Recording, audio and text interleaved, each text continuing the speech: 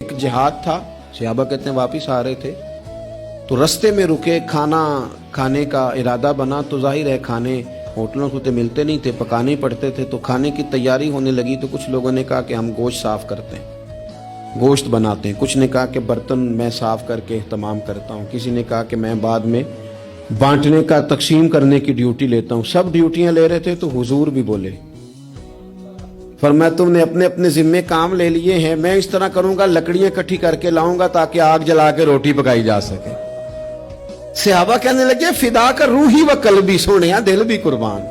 جان بھی قربان، فدا کا ابی و امی، ماں بھی قربان، باپ بھی قربان، ہم جو حاضر ہیں یہ کام کرنے کے لیے۔ تو حضور نے فرمایا میں تم سے ممتاز نہیں ہونا چاہتا، مل جل کے رہنا چاہتا ہوں تمہارے بیچ۔ آپ جب لوگوں کے بیچ وقت گزارتے ہیں تو تبھی تو ان کے دکھ سکھ کا آپ کو پتہ چلتا ہے، اور جب آپ اپنا لیول ہائی کر کے اوپر اٹھ جاتے ہیں تو پھر آپ کو کیسے پتہ چلے گا کہ عام آدمی کس تکلیف میں مبتلا ہے۔